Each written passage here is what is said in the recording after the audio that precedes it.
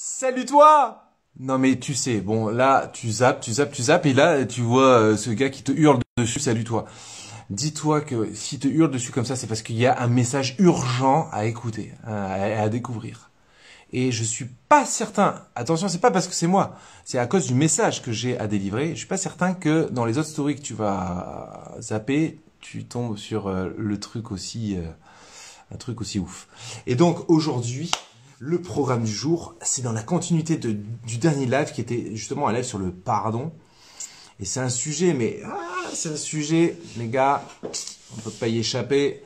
Et vous savez que je pense que c'est un des lieux, une des causes les plus fréquentes des troubles psychologiques de l'être humain. Non mais vraiment, vous savez que plus je vieillis, parce que quand même, plus je vieillis, plus je m'aperçois que le truc le plus déglinguant, ça se dit ça, le truc le plus déglinguant. Je déglingue, tu déglingues, il déglingue. Bon, c'est un peu trivial. Bon, en tout cas, c'est vraiment les problèmes autour du pardon. Dans tout ce qui coince, dans la vie familiale, dans la scolarité, dans la vie tout court, dans le couple. Oh mon Dieu, dans le couple, c'est un sujet number one, quoi. La question du pardon, voilà, revient tout le temps. Alors, vous avez vu que ça va faire quand même plusieurs fois qu'on en parle. On a fait tout un live sur un commentaire sur le fils prodigue, ou le père prodigue, bref. Ce live-là, vous pouvez le retrouver. Vous fouinez, vous allez sur Instagram, il y a soit les posts, soit les reels, soit les IGTV. Donc vous allez dans les IGTV. Comme je fais plus beaucoup de vidéos, je fais plus que ces conférences-là. Donc quand vous allez sur IGTV, vous regardez les dernières IGTV, c'est sur le thème 1 du fils prodigue et 2, il y a eu notamment le sacrement de réconciliation, etc. Et là aujourd'hui, ne vous en déplaise, nous approchons du dimanche de la miséricorde. Eh bien, le thème, tout naturellement, je vais continuer de m'appuyer sur Sainte Faustine. Donc Sainte Faustine, mystique polonaise, qui une sœur, voilà, qui a reçu des visites de Jésus, des apparitions et qui lui parlait. Elle est archi reconnue, ça a été archi étudié, c'est archi sérieux. J'ai pas le temps de vous dire le pourquoi du comment, mais voilà, à vous de voir. De toute façon, si vous me suivez, c'est que peut-être vous avez un minimum de confiance. Sachez que c'est du solide, Sainte Faustine, et on va lire de nouveau quelques extraits qu'on va un petit peu méditer ensemble, commenter. Et je voulais juste finir la petite sélection que j'avais faite autour de la question de la confession, parce que je me dis, mince, c'est dommage de pas la finir. Ça fera un peu une mise en bouche, et ensuite on bifurquera sur les passages plus... Alors, je dirais, j'ai mis dans ma petite playlist là de paragraphes du journal de Sainte Faustine, j'ai mis un cœur. Donc ça va être tous des passages où c'est vraiment c'est délicieux, délicieux. Donc restez avec nous, partagez le live, ça va être délicieux ce soir. Et puis si vous regardez ce live après le live, donc en IGTV, partagez-le. Ne soyez pas égoïste quand même, parce que vous allez voir, on parle tellement d'amour que qui ne voudrait pas du tout entendre parler d'amour. Et voilà. Et puis bon, j'en parle pas, j'espère, de façon non plus bisounours. Parce que justement, dans Sainte Faustine, ce qui est beau, c'est qu'on parle de l'amour, mais pas du tout en mode cucu les petits oiseaux. C'est assez hardcore, hein, entre parenthèses. Alors qu'est-ce qu'elle me dit, Céline? Du coup, c'est quoi le problème des gens? Hein? Coucou, prends bien soin de toi, je prierai pour toi. Mais c'est quoi ces nouveaux cœurs là? Ah non, c'est parce que je peux liker le... Oh non! Nouvelle fonctionnalité Instagram, je peux liker vos commentaires. Vous auriez pris un coup de soleil sans vous vexer. Non, peut-être j'ai bronzé, mais pas un coup de soleil. Agathe de Zé, est-ce que c'est la famille de Sophie? Voilà, bon, enfin, je peux pas perdre trop de temps à réagir à vos super commentaires. C'est marrant, je peux liker vos commentaires, mais là, ça veut dire que je peux passer mon temps à... Ah, c'est marrant. J'ai une petite baisse de foi, mais je reviens si fort et j'ai juste envie de dire je t'aime Jésus. Alléluia. Trop bien, trop bien, trop bien. Bon, alors, c'est parti, mon kiki. Confession. 978. Alors, 978, paragraphe. Donc, c'est très simple. Le journal de Sainte Faustine, c'est juste le journal de Sainte Faustine. Si vous voulez vous procurer ça, vous tapez le journal de Sainte Faustine. Voilà. Il est découpé en paragraphes. Voilà. Donc là, ce que je viens de vous dire et que j'ai déjà oublié, c'est 978, paragraphe 978. 978, 978. Vous êtes prêts pour le 978? Parce que si je l'ai sélectionné, c'est qu'à mon avis, il envoie du lourd. Alors. Ah oui, alors, on était un petit peu là-dessus la dernière fois, mais c'est un autre endroit. Je crois pas qu'on l'ait lu la dernière fois.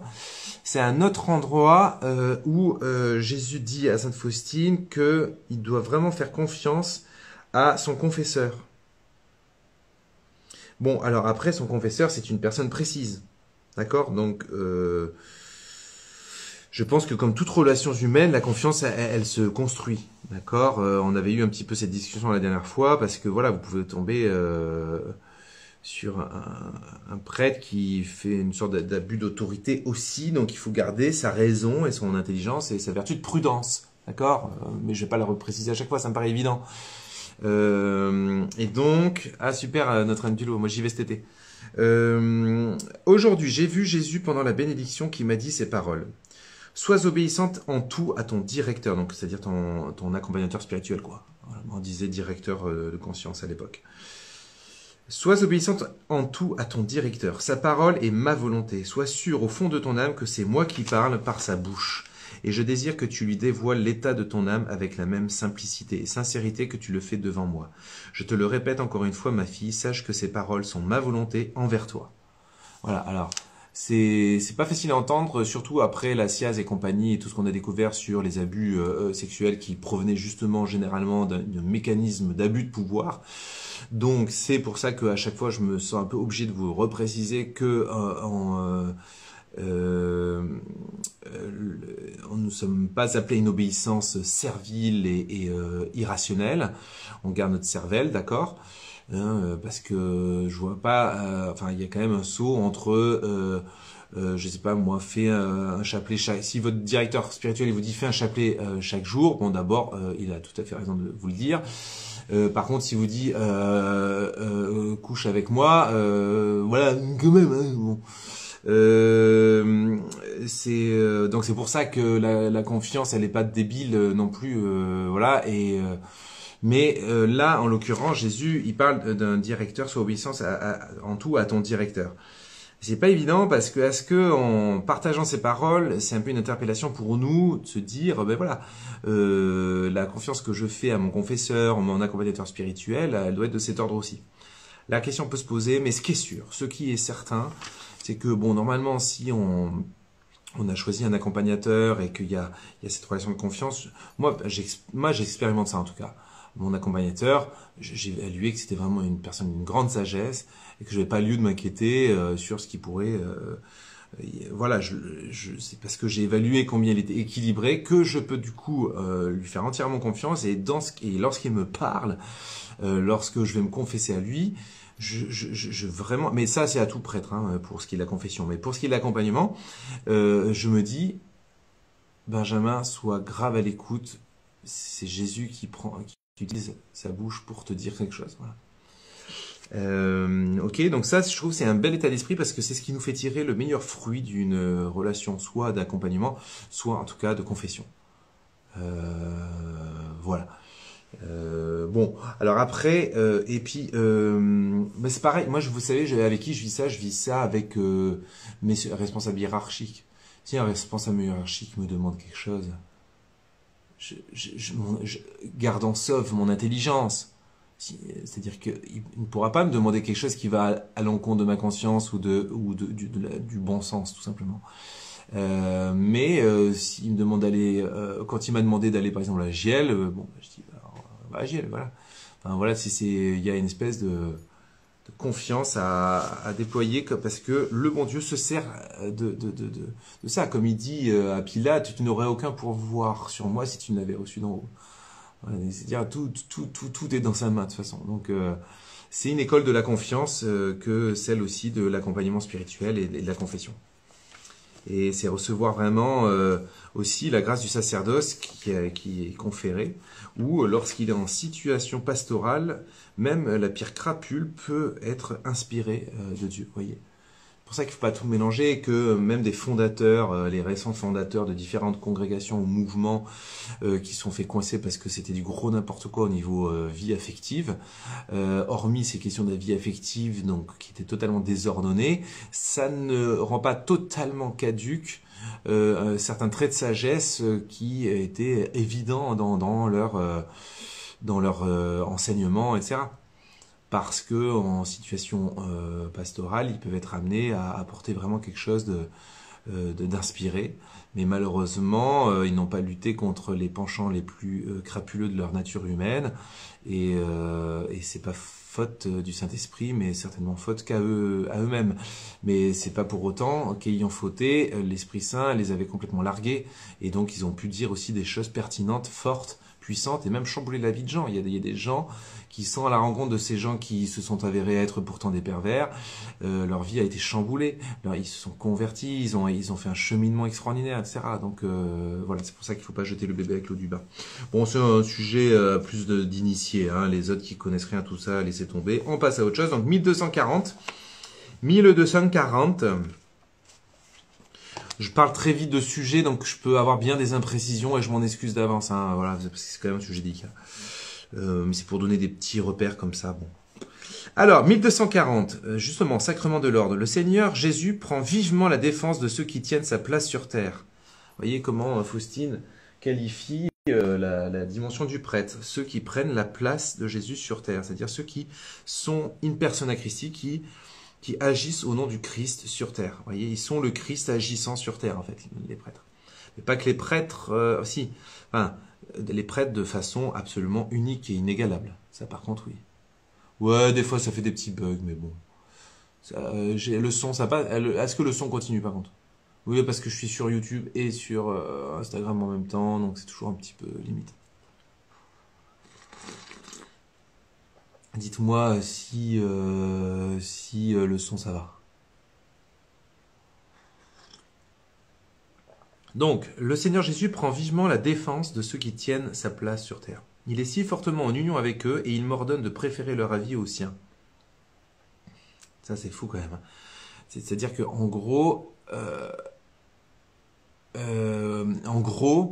si dans la prière, tu as le sentiment que Jésus te dit de faire ceci ou faire cela, et que l'accompagnateur spirituel, il te dit autre chose, tu dois écouter l'accompagnateur spirituel. Et ça, c'est un gage aussi de...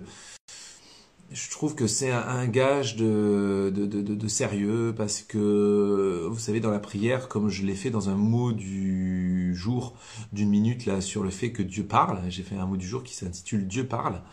Et de fait, plus vous déployez une vie de prière profonde et surtout continue dans votre vie, plus vous entendez Dieu qui vous parle. Vraiment. Je ne sais pas s'il y en a dans... N'hésitez pas à vous manifester ceux à qui ça arrive de vraiment sentir que Dieu leur parle dans la prière. Ce serait génial. Dites-nous quelques mots là-dessus. Dans le chat. Est-ce que Dieu vous parle dans la prière? Aliam, salut, reste avec nous un peu. Ça va être très intéressant, reste un peu avec nous.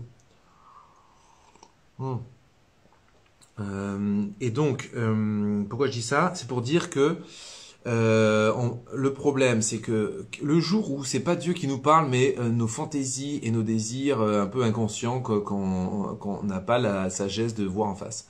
Donc on confond en gros nos désirs et ce qu'on croit entendre de la part de Dieu. Et bien justement, ce qui vient vérifier la validité de votre sainteté, eh bien c'est d'écouter davantage justement votre responsable ou votre accompagnateur spirituel. Et ça, on a souvent vérifié ça dans la vie mystique. Souvent, les mystiques ont été un peu éprouvés à ce niveau-là de la part les mystiques, c'est-à-dire des gens qui recevaient des visions, des apparitions. Souvent, ils ont été éprouvés à ce niveau-là, c'est-à-dire ils ont été éprouvés au niveau de l'obéissance. C'est maintes fois, l'occasion leur a été donnée de prouver qu'ils respectaient et qu'ils obéissaient l'Église, et non pas seulement ce qu'ils pensaient entendre, voilà. et c'était la meilleure façon de vérifier que c'était authentique. Parce que s'il n'était plus dans l'obéissance en disant Jésus m'a dit ça, je ne fais que ce que Jésus m'a dit en apparition, eh bien il est sombré probablement dans peut-être une psychose. En tout cas, ou alors si ce n'est une psychose, en tout cas un vice d'autodétermination et de mépris de l'obéissance, qui est un péché très grave évidemment, qui est compliqué. Alors, j'ai compris leur grande intimité entre Jésus et le prêtre. Ce que le prêtre dit, Jésus en prend la défense et souvent il se conforme à ses désirs et parfois il fait dépendre de son avis. Ça, c'est un truc de dingue. Ça revient souvent aussi, les gars. Je sais, c'est étonnant, mais ses rapports avec une âme. Il fait dépendre de son avis, ses rapports avec une âme. J'ai très bien appris cela par des grâces particulières. Jusqu'à quel point tu as partagé avec eux pouvoir et mystère, ô Jésus, plus qu'avec les anges. Je m'en réjouis car tout cela c'est pour mon bien. Voilà, donc en fait, elle réalise combien Jésus passe par le prêtre pour nous guider, vraiment. Et à tel point que même si le prêtre se trompe, il assume l'erreur du prêtre et il nous obtient un surcroît de grâce. Et ça, c'est vraiment le raisonnement qui m'a toujours habité lorsqu'un responsable me demande d'aller à tel endroit en mission. Moi, je trouve qu'à lecture humaine, peut-être même lecture spirituelle, je trouve pas ça pertinent. J'ai jamais trouvé mes nominations pertinentes, vous voyez. Mais je me suis dit, même s'il se trompe, je sais que je ne me tromperai pas moi en étant obéissant. Voilà. Alors, je sais que c'est un langage certainement extrêmement difficile à entendre, peut-être pour certains d'entre vous, je suis désolé. Écoutez, si vous avez des questions là-dessus, n'hésitez pas. Je vais voir s'il y a des petits points d'interrogation. Parce que je sais que c'est très particulier. Le vœu d'obéissance, c'est pas du tout tendance, c'est pas du tout dans l'air du temps. Et pourtant, je dois vous dire que c'est la clé de ma joie. Parce qu'en fait, quand vous êtes dans cette obéissance-là, c'est-à-dire qu'en fait, vous rentrez, je dis pas que je suis tout... attendez, hein. La preuve que je suis pas dans cette obéissance continue et spontanée, c'est que quand je suis dans une situation qui réclame l'obéissance, ça me coûte, je le sens, ça me tiraille, vous voyez, ça me préoccupe, c'est-à-dire que je suis pas encore totalement détaché. Bien que je constate que de nomination en nomination, quand je dis nomination, c'est-à-dire qu'on me nomme quelque part pour exercer une mission, et donc maintenant, ça va quand même faire 15 ans que je suis religieux, donc ça va faire plein de fois que j'ai été nominé à droite à gauche, et bien à chaque fois, j'ai de moins en moins ce mouvement de résistance, en fait, voilà. Et ça, je m'en réjouis beaucoup, et je me dis vraiment, c'est pure grâce de Dieu, je peux même pas me la péter. Et donc ça veut dire quoi? Ça veut dire que quand il y a une nomination qui m'est faite, je suis dans l'abandon. Je suis totalement confiant que de toute façon, c'est le bon Dieu qui est derrière, c'est le bon Dieu qui gère ma vie dans ses mains. Et même si à vue de nez humain, ça me paraît... Par exemple, imaginez, on me nomme l'année prochaine, alors que je suis en train de développer plein de trucs sur le collège de Giel Don Bosco, que je fais une com que je me remue ciel et terre pour faire connaître ce collège et le génie pédagogique et éducatif qui s'y vit. Si je me barre et que je fais pas la rentrée prochaine, tout ce que j'ai commencé à lancer, etc., j'ai l'impression que ça se casserait la gueule parce que c'est pas encore assez consolidé. Mais si on me demande, je ferai valoir, c'est-à-dire je suis c'est ça comme ça que ça se passe dans la vie religieuse. Je ferai valoir mes arguments entre guillemets, c'est-à-dire je dirais ok, pourquoi pas, mais j'ai l'impression que c'est peut-être un peu imprudent parce que voilà, il y a ça et ça qui va peut-être se casser la gueule. Mais bon. Et puis on pèsera le pour ou le contre ensemble, c'est ça l'intelligence un peu de l'obéissance dans la vie religieuse. Et puis voilà, il faudra à un moment donné faire confiance à la nomination en question. Voilà, si on me nomme à Clermont-Ferrand, exactement, on a des zones, non pas à Clermont-Ferrand, mais un peu plus bas dans l'Ardèche, on a des projets, etc. Et donc on vient de récupérer tout un réseau scolaire aussi qui fait partie de notre réseau. Bon, qui sait. Et je suis envoyé là-bas. Je me dis, qu'est-ce que je vais foutre là-bas, je sais pas quoi. Enfin bref, il y a pas de connexion, je pourrais même plus continuer les lives et je sais pas quoi. Enfin voilà, imaginez, vous voyez, tout ça, c'est ça qui peut se passer, quoi. Et ben voilà, abandon. Hein, je veux dire, il pourrait m'arriver, Benjamin, on veut plus que tu fasses quoi que ce soit dans les réseaux sociaux. Bon, mais là, à la limite, enfin, je sais pas, à vérifier parce que on s'attache à tout, vous savez les gars, hein, on s'attache à tout, même quand on pense qu'on s'attache pas. Donc c'est pas impossible que j'ai cultivé un certain attachement aux réseaux sociaux. Hein. Donc seule l'opportunité de complètement couper avec les réseaux sociaux me permettra de me rendre compte si oui ou non je suis bloqué sur les réseaux sociaux. A priori comme ça, je me dis que ça serait plutôt une libération. J'ai rien contre vous, hein, les amis, mais voilà. Je trouve ça fabuleux d'être sans tout ça, quoi. Plus je vieillis, plus je suis un vieil écolo, quoi, qui voudrait virer toutes ces nouvelles technologies voilà. Mais bon, à vérifier. Bon, c'est pour vous dire que l'obéissance, voilà, c'est une grosse digression que je fais là. Alors maintenant, messieurs, dames, 1293. Ah oui, je voulais terminer par 1293, c'est vachement beau. C'est beau, ouais. 1293. Ah oui, alors, quand je suis tombé... Ça va? Quand je suis tombé...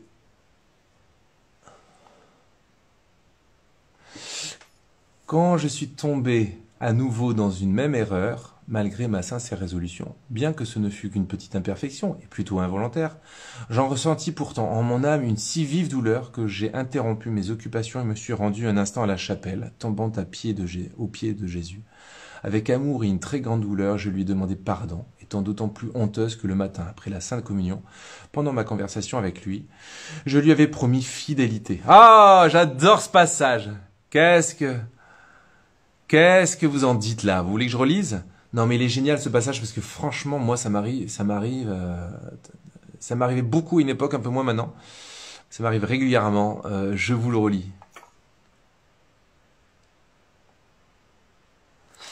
Quand je suis tombé à nouveau dans une même erreur. Ok, donc Sainte Faustine se dit, quand je suis tombé à nouveau dans une même erreur, malgré ma sincère résolution de ne pas retomber dans cette erreur. Vous voyez le truc?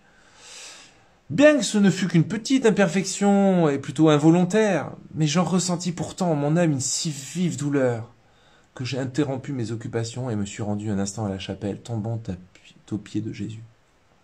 Avec amour et une très grande douleur, je lui ai demandé pardon, étant d'autant plus honteuse que le matin, après la Sainte Communion, pendant ma conversation avec lui, je lui avais promis fidélité. Voilà. Donc voilà, cet exemple, moi, si ça ne vous arrive pas, ce genre de truc, je vous souhaite de demander que ça vous arrive. Parce que je crois que dans la vie spirituelle, alors, il faut pas tomber dans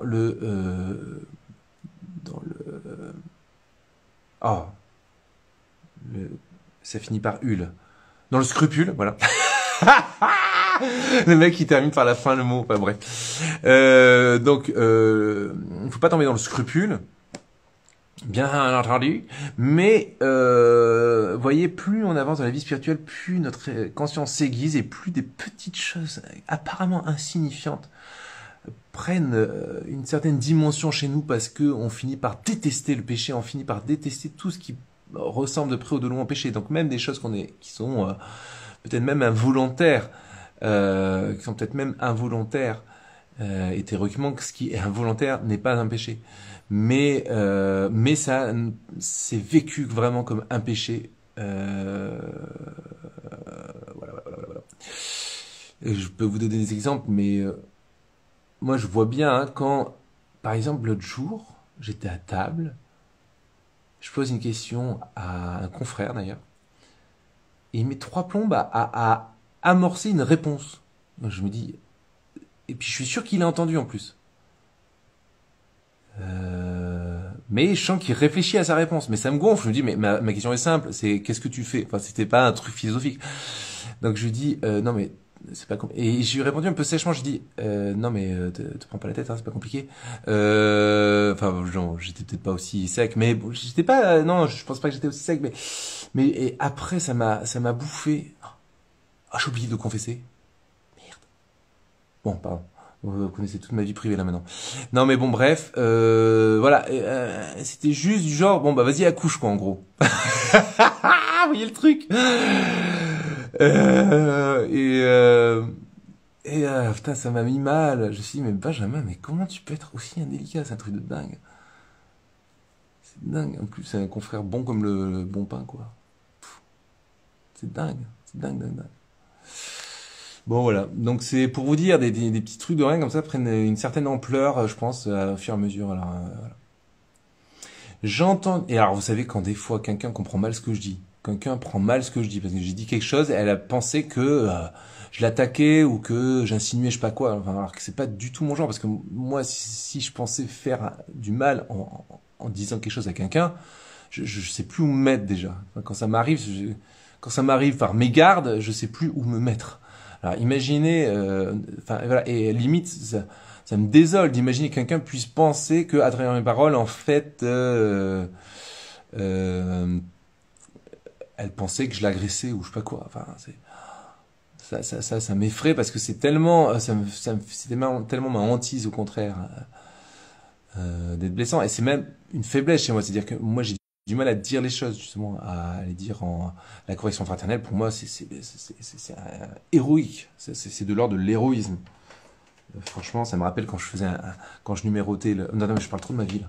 Non, mais si je termine cette histoire, mais c'est pour vous dire que ça me rappelle quand j'étais petit que je faisais un numéro de téléphone et que je pouvais pas terminer le dernier chiffre parce que j'avais trop peur d'avoir quelqu'un au bout du fil.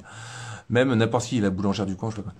Et là, c'est pareil, quand je dois être amené à dire, à évoquer les torts de quelqu'un, ça me met dans tous mes états, quoi. Alors, j'entendis alors ces paroles. Donc, Sainte Faustine est dans cet état de grande culpabilité pour une broutille, en gros, hein, d'accord? J'entendis alors ces paroles.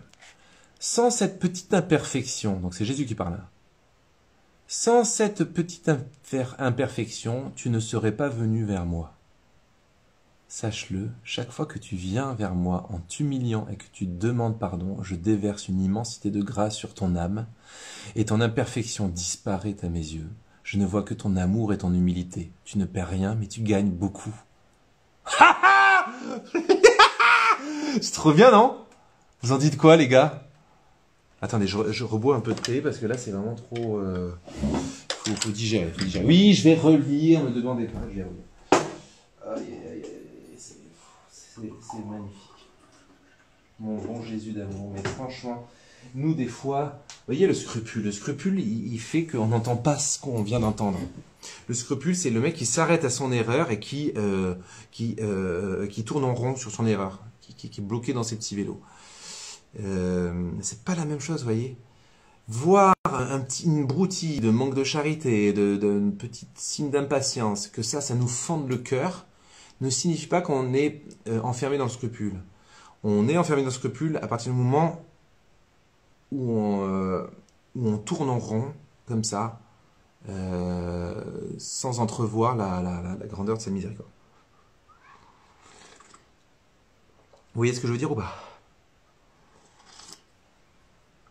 Voilà, oh, ça fait du bien. Donc je vous relis la phrase de Jésus. Est-ce que vous êtes prêts? Je vous rappelle, pour ceux qui veulent, je me demande même si c'est pas en ligne. Oui, je crois que c'est en ligne. Tout le journal Sainte Faustine est en ligne. Donc si vous tapez sur votre ordinateur ou que sais-je, 1293 1293 1293 du petit journal de Sainte Faustine, vous allez tomber sur le passage en question, que je vous relis tout de même. Sans cette petite imperfection, tu ne serais pas venu vers moi. Voyez? Quelque part, Jésus obtient une victoire d'une imperfection ou d'un petit péché. Il nous permet d'en tirer quelque chose de bon. Sache-le, chaque fois que tu viens vers moi en t'humiliant et que tu demandes pardon, je déverse une immensité de grâce sur ton âme. Chaque fois que tu viens vers moi en t'humiliant et que tu demandes pardon, je déverse une immensité de grâce sur ton âme. Et ton imperfection disparaît à mes yeux. Je ne vois que ton amour et ton humilité. Tu ne perds rien, mais tu gagnes beaucoup. C'est beau, hein? Est-ce que c'est pas beau?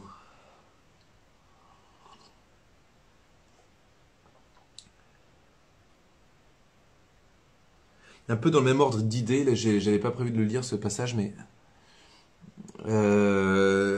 donc au 1295.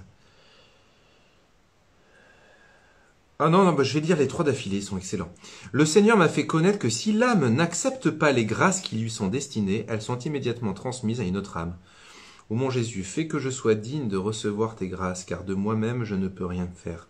Sans ton aide, je ne prononcerai même pas dignement ton nom.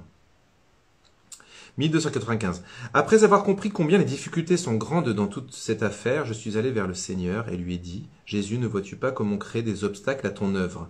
Donc je suppose que c'était pour notamment faire connaître, je sais pas moi, le tableau de la miséricorde divine ou la neuvaine. Ou voilà. Et j'entendis une voix en mon âme, fais ce qui est en ton pouvoir et ne t'inquiète pas du reste. Ces obstacles montrent que cette œuvre est mienne, sois tranquille si tu fais tout ton possible. Sois tranquille si tu fais tout ton possible. Vous voyez, des fois, on se prend la tête. On a l'art de se prendre la tête. Un truc de dingue.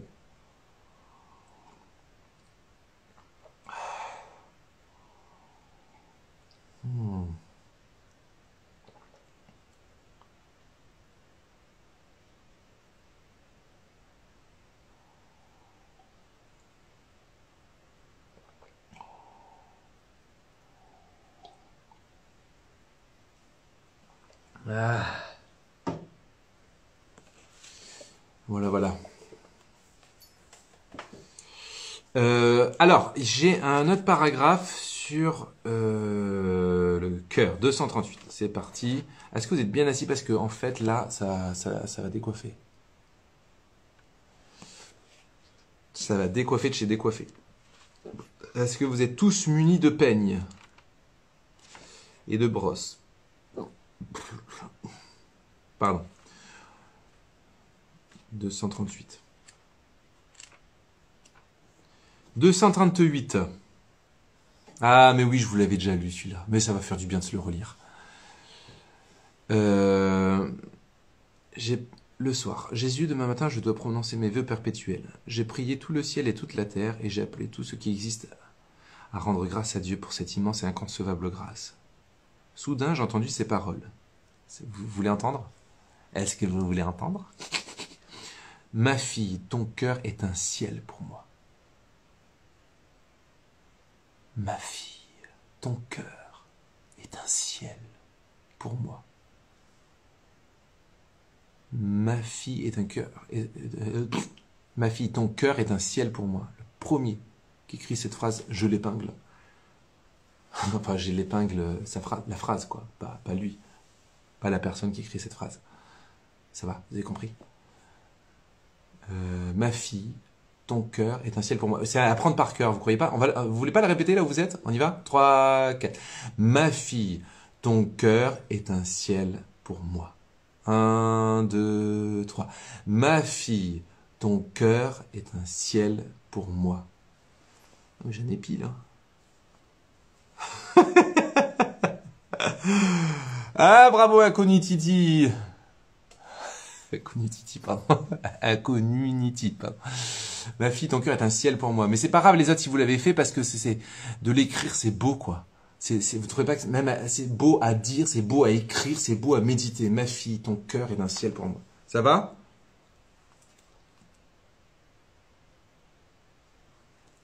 La joie m'a ôté le sommeil. Je pensais. Qu'y aura-t-il au ciel si déjà ici, dans cet exil, Dieu comble mon âme de cette façon? Est-ce que c'est pas beau ça aussi? Ah, je suis content que vous avez répondu à mon appel d'écrire cette phrase.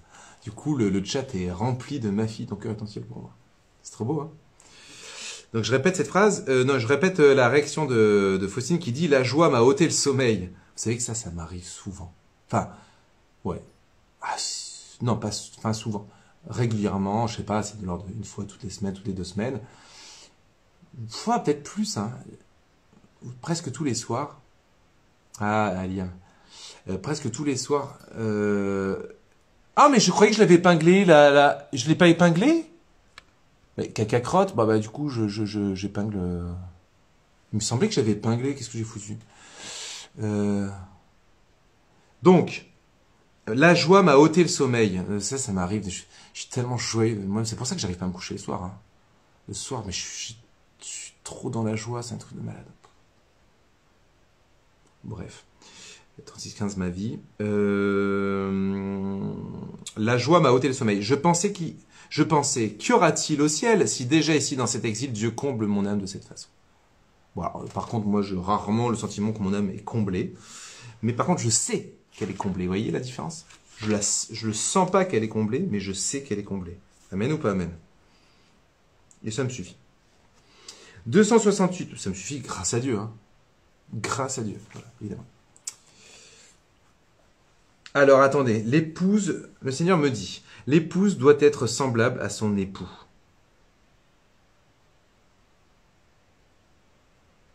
J'ai compris ces paroles à fond, dit sainte Faustine. Il n'y a pas l'ombre d'un doute ici. Ma ressemblance avec Jésus doit passer par la souffrance et par l'humilité. Jésus dit, vois ce qu'a fait de moi mon amour pour les âmes, ma fille. Dans ton cœur, je trouve tout ce que me refuse un grand nombre d'âmes. Ton cœur est un repos pour moi. Je te réserve souvent de grandes grâces pour la fin de la prière. Ah, c'est cool parce qu'on arrive à la fin de la prière de la neuvaine de la miséricorde. Et il dit ça au sujet de la neuvaine, je crois. Parce que juste après, il est dit, à un certain moment, ayant fini une neuvaine au Saint-Esprit à l'intention de... Ah non, c'est pas la neuvaine de la miséricorde, c'est la neuvaine au Saint-Esprit. Alors ça, je vous recommande vachement. Hein. Moi, j'en fais souvent des neuvaines au Saint-Esprit. À l'intention de mon confesseur. Le Seigneur me répondit. Oh, vous avez vu là? Attendez, on va se calmer, une chose à la fois. Bon, pour les cathos du coin, à certains moments, vous avez vu ce qu'elle dit, à certains moments, ayant fini une neuvaine au Saint-Esprit à l'intention de mon confesseur, c'est-à-dire qu'elle fait une neuvaine pour son confesseur. Hein? Alors moi, je suis pas votre confesseur, mais hein, on fait un live tous les vendredis soirs gratos. Hein, il y a quelqu'un qui a dû payer quelque chose pour faire ce live. Alors moi, je vous demande de me payer en prière. Vraiment, c'est une contribution. Voilà, je vous demande pas de m'envoyer un chèque, mais de m'envoyer de la prière et pourquoi pas une neuvaine au Saint-Esprit. Voilà. Et d'ailleurs, on a lancé un groupe, hein, vous savez, merci à Domari, sur Hosanna, qui s'intitule tout simplement. Alors c'est un grand honneur. Je prie pour frère Benjamin parce que moi c'est clair. Voilà, c'est un groupe de prière pour soutenir par sa prière on va dire le ministère de frère Benjamin, parce que frère Benjamin il fait un peu des fous, il fait un peu le foufou sur les réseaux sociaux, donc ça demande beaucoup de prières pour que il fasse pas trop et ne dise pas trop n'importe quoi, même si c'est déjà un peu râpé. Mais bon, voilà. Donc voyez, hein, petite remarque au passage. Ayant fini une neuvaine au Saint-Esprit à l'intention de mon confesseur, hein, à bon entendeur. Je fais une neuvaine pour ton coiffeur, d'accord. Oh, c'est qui Wise? C'est Sylvain.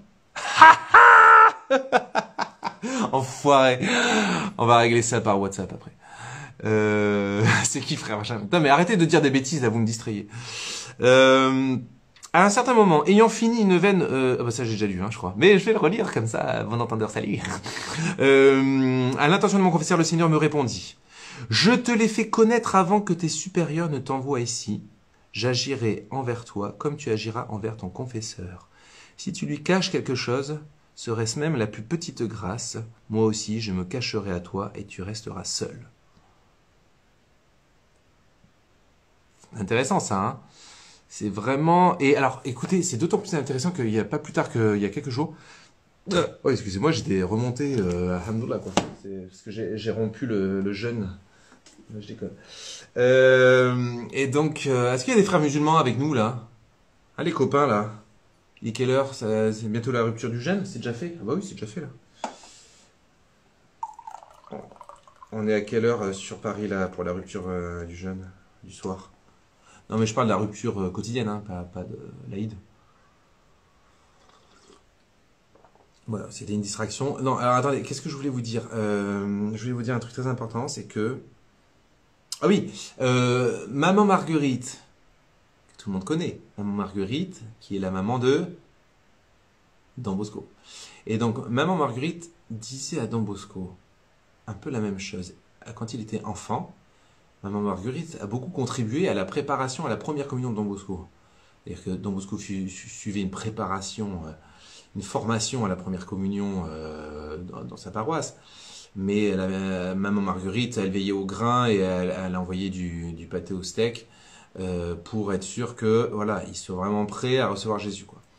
Et donc elle lui explique au moment du moment de la confession, hein, donc il est bien évidemment obligatoire de se confesser avant de faire sa première communion.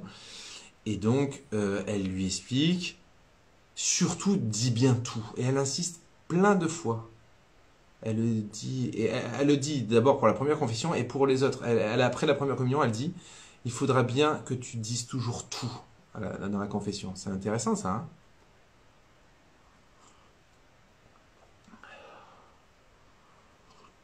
Hmm. Ce que j'aime bien dans ce genre de considération, c'est que voilà, c'est des trucs basiques, mais qu'on se dit plus parce que ça fait un peu légaliste. Dire tu dis bien tout à la confession, ça fait un peu légaliste.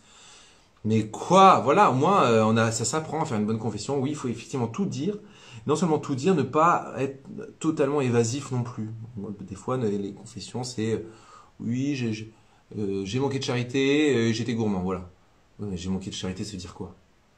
J'ai manqué de charité, t'as insulté, t'as répandu une rumeur sur quelqu'un, tu as répondu avec impatience à quelqu'un. Et ouais, je crois qu'il faut profiter de la confession pour faire le point, oser mettre en mots. Le prêtre, il s'en tape, mais c'est pour vous-même. Quand vous mettez en mots, vous neutralisez quelque part.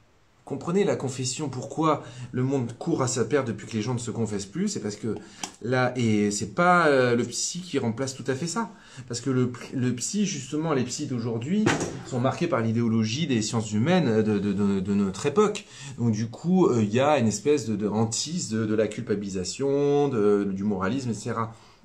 Évidemment, comme toujours, on a jeté le bébé avec l'eau du bain, et donc du coup, on a jeté l'exigence de conscience, la conscience qu'on aiguise. Vous voyez ce que je veux dire un peu pourtant, je sais que je suis branché psycho à donf, hein, thérapie et tout ce que vous voulez, je suis formé, enfin voilà.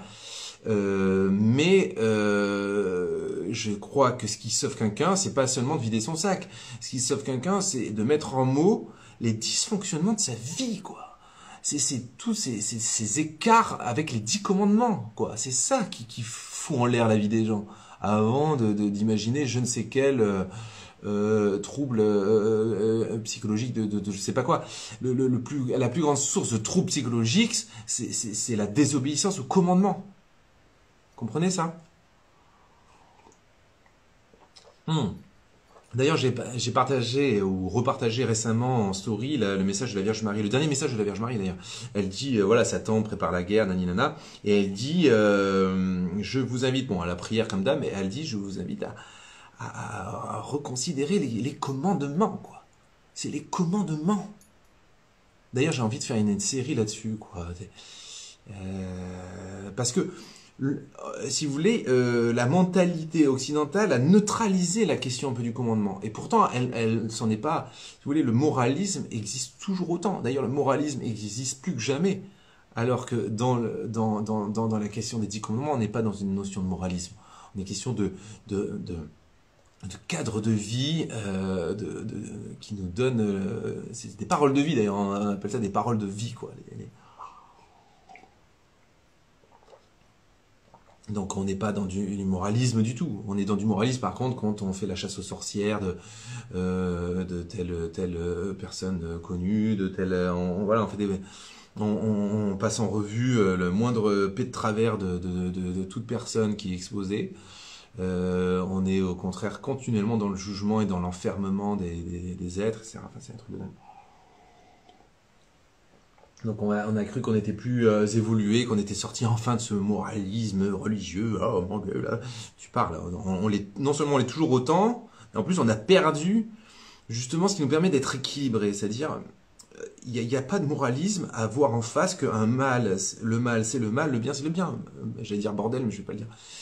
Euh, donc voilà, je dévie un peu, mais c'est pour dire que c'est pour dire quoi? C'est pour dire que Jésus demande, voilà, vas-y. Jésus donne le conseil tout simple. S'il se prend la peine de lui dire ça, c'est que il est bon. Et pourtant, elle est peut-être la dernière à avoir besoin que Jésus lui dise ça.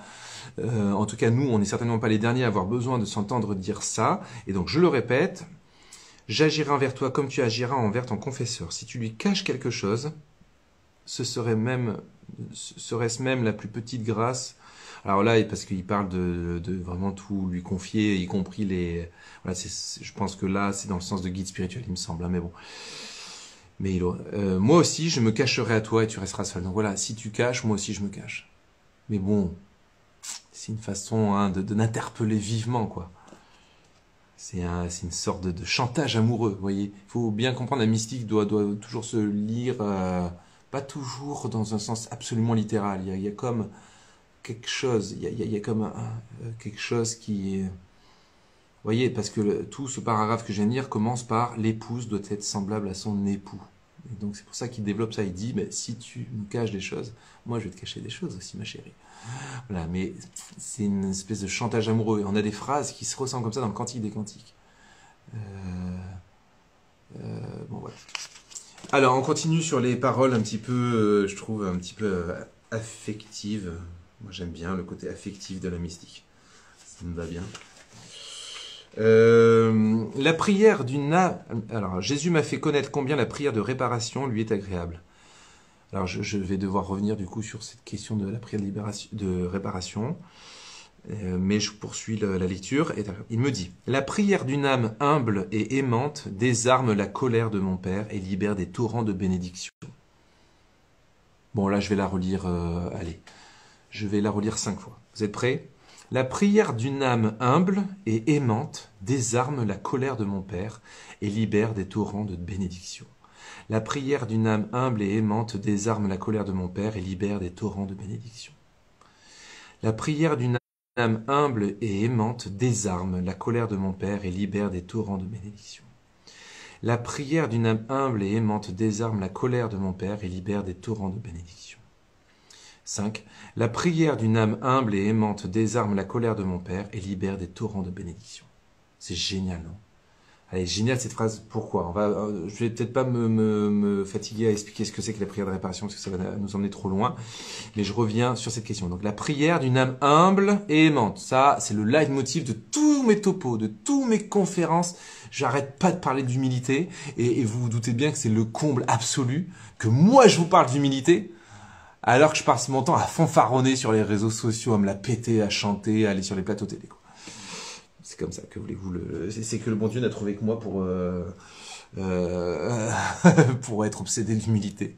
C'est parce que justement, je crois que c'est parce que justement, je suis loin d'être humble et que c'est un sujet qui me travaille, que je suis peut-être bien placé pour en parler. Un peu comme quelqu'un qui a justement galéré. Vous savez, parfois les meilleurs profs, c'est ceux qui étaient des mauvais élèves.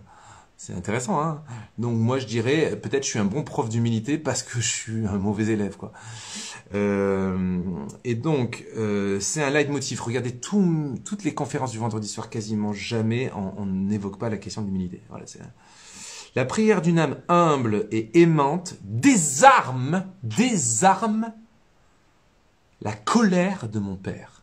Et ça, c'est bon de l'entendre. Vous savez quoi, les gars? Ça me fait du bien d'entendre ça. C'est mon côté un peu... là, je suis dans ma phase un peu spiritualité virile, quoi. Moi, je trouve que ça me travaille. J'aurais envie presque d'écrire un bouquin sur spiritualité virile ou je sais pas quoi. Moi, ce que je trouve intéressant dans la mystique, c'est que à la fois, c'est incroyablement... Il y a des phrases d'une tendresse hallucinante, comme celle que j'ai épinglée. Ma fille, ton cœur est un ciel pour moi. Mais en même temps, c'est jamais... Enfin, il y a toujours une espèce d'exigence, voire d'intransigeance. Bam, bam, bam dans ta gueule. C'est ça, quoi. La vie spirituelle, c'est bam dans ta gueule. Vous voyez ce que je veux dire? La vie spirituelle, c'est bam, bam, raka. C'est le coup de poing Shrek, c'est...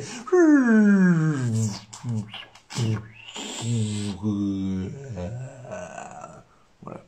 Est-ce qu'avec tout ça, vous avez compris ce que je veux dire? Parce que là, j'en fais des efforts, quoi. Donc, tout ça pour dire que... Qu'est-ce qu'il est bon, ce thé? Bon thé. Qu'est-ce que je veux dire? Non, voilà, donc la colère du Père. Vous voyez ce que je veux dire? Pourquoi j'aime bien cette expression? Parce que c'est une facette... Méfions-nous de nos représentations sur Dieu.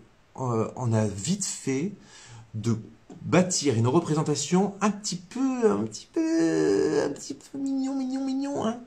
Le petit beau Dieu gentil tout plein qui pardonne. Mais oui, il pardonne, sauf qu'il pardonne. Mais la conséquence de ton péché, qu'est-ce que tu veux qu'il y fasse? La conséquence du péché, ça y est.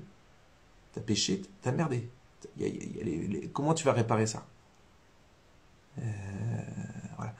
Donc le pardon, oui, mais il y a il y a la vérité, il y a la réalité du péché, quoi. C'est-à-dire que ton péché a des conséquences. Et ça, vous vous souvenez de l'exemple de Philippe Néri qui demandait à une de ses pénitentes de revenir vers lui avec une poule qu'elle déplume dans les rues de Rome. C'était Saint Philippe Néri, voilà. Parce qu'elle avait péché, elle avait confié un péché sur la médisance, c'est-à-dire qu'elle avait dit du mal de son prochain. Donc Saint Philippe Néri lui dit, revenez me voir demain avec, vous m'apportez une poule, mais que vous allez déplumer en cours de route. Bon, c'est un peu bizarre comme pénitence, mais bon, comme il avait une réputation de sainteté, elle se dit, d'accord, c'était en plus une dame un petit peu de l'aristocratie ou quelque chose comme ça. Et elle arrive le lendemain avec sa poule déplumée, voilà. Et Saint-Philippe Néri lui dit, maintenant, allez ramasser les plumes. Oh, quoi, aller ramasser les plumes? Mais j'ai fait je sais pas combien de kilomètres au cours dans les rues de Rome, le vent, machin, c'est complètement impossible. Voilà. Et Philippe Néri lui dit, voilà, c'est pareil pour la médisance. Une fois que vous avez répandu des mauvaises paroles, une mauvaise réputation, des paroles négatives, elles font leur effet comme ça et vous ne les contrôlez plus. Donc le bon Dieu, il vous pardonne, d'accord? Mais les conséquences que vous avez répandues en ce bas monde, cela génère une forme de colère. Vous ne croyez pas que quand le bon Dieu voit des dictateurs par une simple décision dictatoriale, tout simplement, de faire peut-être telle guerre, hein, je sais pas, c'est un exemple parmi tant d'autres, et vous voyez les effets sur des innocents, vous voyez. Comment vous croyez que Dieu regarde ça? Alors Dieu pleure à côté des innocents, ça on le sait, mais comment vous croyez pas qu'il y a qu'il y a la coupe, hein, on parle de la coupe de la colère, la coupe de la colère de Dieu n'est pas en train de monter, pour déborder. Et vous savez, plus j'avance en théologie, en méditation et en formation, hein, parce que j'essaie d'entretenir continuellement, je dirais, une certaine formation, on va dire théologique. Moins je balaie d'un revers de main la question de la punition et du châtiment divin. Oui. Bon, ça serait un autre sujet, on n'a pas le temps de développer. Mais ce qui est sûr, c'est que sans approfondir ce sujet, le péché a des conséquences. Voilà. C'est peut-être ça qu'on peut appeler le châtiment. Voilà. Et Dieu assume cette colère. C'est-à-dire, Dieu, vous croyez que Dieu, quand il y a eu bon, il y a plein d'exemples, hein, il n'y a pas que ça, mais des pédophiles, des prêtres pédophiles. Vous croyez que Dieu... vous croyez pas que... vous imaginez, si vous voulez, il y a les deux mystères. C'est-à-dire, Dieu a dû être frappé d'une tristesse inconcevable, d'empathie, d'amour pour les victimes. Je pense aussi d'une tristesse inconcevable, d'empathie, d'amour pour les bourreaux, parce qu'il se dit il est en train de se perdre. Il va peut-être qu'il prépare le lit, c'est hélas le cas de dire, de l'enfer. Mais il n'y a pas que de la tristesse. Je pense qu'il y a cette colère. Et puis, au cas où on avait quelques doutes, il y a ce fameux passage où Jésus est en colère et chasse les marchands du temple. Les marchands du temple, quelque part, profanaient le temple. Oui. Et il est évident que... Et Saint Paul dit, vous êtes le temple du Saint-Esprit. Donc il est évident que quand un adulte abuse d'un enfant, il viole le temple du Saint-Esprit. Ce marchand du temple, il fait commerce des corps. Et j'aimerais pas me retrouver en face de Jésus après un truc comme ça, quoi. Chaud. Hein, j'y dirais presque que cet élan qui est à corriger, je pense, dans le sens qui est à purifier, mais cet élan de haine qui peut parfois nous traverser.